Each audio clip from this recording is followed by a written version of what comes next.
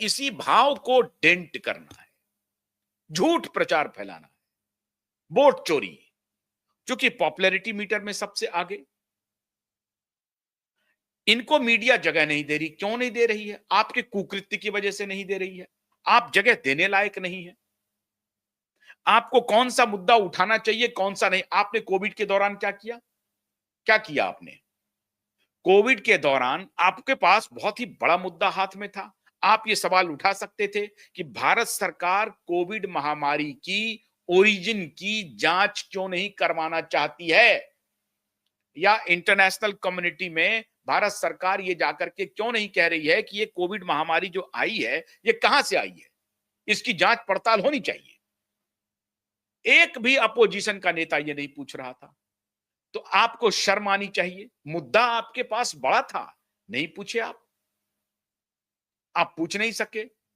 आपको मुद्दा था नोटबंदी के ऊपर, उसको भी आप मुद्दा नहीं बना सके, क्योंकि आपकी साख इतनी खत्म हो चुकी है, इतनी खत्म हो चुकी है कि आप मुद्दा नहीं बनाते। आपको राम मंदिर पर अटैक करना है, आपको 370 पर अटैक करना है।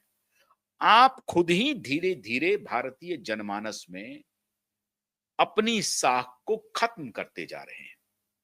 आपको पॉलिटिकल एक्यूमेन ही नहीं है, और ना ही आपके सलाहकार को है जो आपको सलाह दे। लेकिन फिर भी आप झूठ के बल पर चाहते हैं कि प्रचार करके। नरेंद्र मोदी ने कहा कि 15 लाख रुपए आ जाएंगे। ठीक बात है, कहा 15 लाख रुपए आ जाएंगे, लेकिन 15 लाख रुपए आ जाएंगे अगर ये जुमला भी हो गया तब भी लोगों ने आपकी बात पर भरोसा नहीं किया। क्यों नहीं किया? कभी ये अंतःकरण में झांक करके देखिए। आपको लग रहा है कि ट्रंप के खिलाफ जो आंदोलन हो रहा है वैसा आंदोलन मोदी के खिलाफ भी हो सकता है। ट्रंप आंदोलन को न्योता दे रहे हैं। क्या कर रहे हैं ट्रंप? ट्रंप भारत जैसे एक पूरी तरह से जनतांत्रिक डिपेंडेबल देश को, जिसके संस्कार सभ्यता है में कोई कॉन्फ्लिक्ट करना नहीं है, उसके साथ वो रगड़ा कर रहा है, उसके साथ वो आंख दिखाने का काम कर रहा है, उसको भड़का रहा है, उसको हड़का रहा है। जो उसके ग्रोथ में एक इंजन बना हुआ है। भारतीय मूल के लोग अमेरिकी ग्रोथ में बहुत बड़ा इंजन है, उसको धमका रहा है।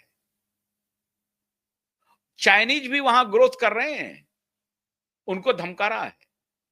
अरे ये अमेरिकन को ये समझ में ही नहीं आ रहा है ट्रंप को कि हम कर क्या रहे हैं, हमको करना क्या चाहिए। और दोस्ती किससे कर रहा है? दोस्ती कर रहा है पाकिस्तान से, एक रोग स्टेट से, एक फेल्ड स्टेट से, जो उसे कुछ भी बदले में नहीं देगा। वो सोच रहा है कि हमारा सैनिक अड्डा यहां पर बन जाए। सैनिक अड्डा से आप कर क्या लोगे? भारत के खिलाफ युद्ध करोगे, चाइना के खिलाफ युद्ध करोगे, रशिया के खिलाफ युद्ध करोगे, जापान के खिलाफ युद्ध करना चाहते हो? है हिम्मत? अब वो दिन लद गए। ये 80s 90s का दशक नहीं है दोस्तों, ये 2021वीं सदी का है। ये दशक 21वीं सदी चल रहा है। अब वो भूल जाइए कि आप डायरेक्ट वॉर कर सकते हैं, अमेरिका कर सकता है भारत, चाइना और रसिया के खिलाफ। ये भूल जाइए आप। ये तीनों शक्ति एक साथ खड़ी हो गई है, इसका आपको मिल गया है फिलर। तो आप पाकिस्तान से दोस्ती क्यों करना चाहते हैं? भारत ने कह दिया है, any act of terror will invite direct war, and that is why it is a stated stand of India that Operation Sindoor is continue. तो अब आपको समझिए, आप क्या कर, पाकिस्तान से दोस्ती बढ़ा करके आप करेंगे क्या?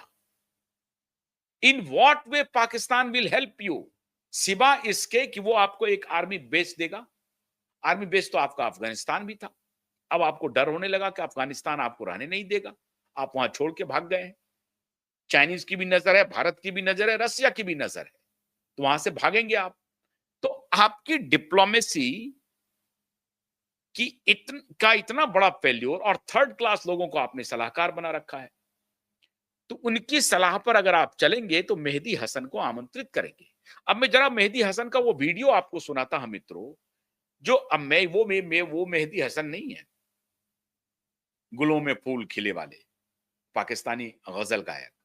हालांकि वो राजस्थान के रहने वाले थे, झुंझुनू के। वो ट्रांस बेचारे चले गए थे, बंटवारे के बाद पाकिस्तान चले गए थे। और खैर, एक म्यूजिशियन को, एक म्यूजिक के लवर को या संगीत प्रेमी को, एक अच्छे संगीतज्ञ को भारत बड़ी इज्जत देता है, उसमें कोई शक नहीं है। मेहदी हसन का देश बहुत मुरीद भी है। लेकिन ये वो मेहदी हसन नहीं है। ये वो मेहदी हसन है जो लेफ्ट लीनेंट जर्नलिस्ट है, और ये माइग्रेट हुआ है कहां से? इंग्लैंड से। और आखिर में इन्होंने अपना एजेंडा साबित कर दिया, वो उस किसके खिलाफ है, वो क्या चाह रहा है वहां पे। इसीलिए भारत के जो मोदी विरोधी षड्यंत्रकारी हैं, उनको बड़ा हौसला हो गया। आखिरी लाइन इन्होंने कहा कि वन डे फिलिस्तीन विल बी फ्री। एजेंडा देखिए। सो द एवरी, और वो बातचीत क्या कर रहा था कि वी आर इन मेजॉरिटी। हम डेमोक्रेट पार्टी के तरफ से नहीं है, हम डेमोक्रेट हैं, हम उदात्त हृदय के हैं। और उदात्त हृदय इनका आ जाता है, इन द एंड फिलिस्तीन विल बी फ्री। ये इनका उदात्त हृदय आ जाता है। आप समझ रहे हैं? तो every Muslim in the end they will remain be Muslim, and that is how world goes on. इनकी जो दुनिया है वो उसी तरीके से चलती है। इन द एंड वो मुसलमान ही हो जाते हैं। तो पहले तो इन्होंने नारा दिया कि डेमोक्रेट आ जाइए, ऐसे आ जाइए, वैसे आ जाइए।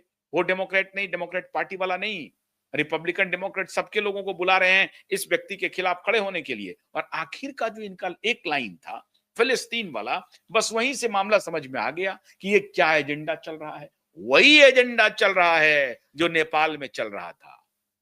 वही एजेंडा है, वही खेल है, वही वर्ग है, वही विचार है जो हर जगह आंदोलन को बढ़ावा दे रहा है। यहां भी वही वर्ग करने की सोच रहा है। होगा नहीं। इतने डंडे पड़ेंगे कि पुश्तें याद रखेंगी।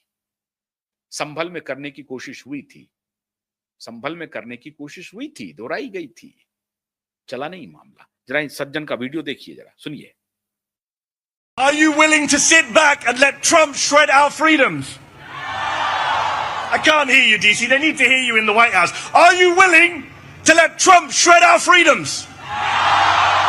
Are you willing to sit back and bend the knee to fascists and white supremacists? Are you willing to be the Americans on whose watch democracy died? Good, because people power is our last line of defense. Remember this. Donald Trump has never, ever, not in 3 elections, won a majority of the vote.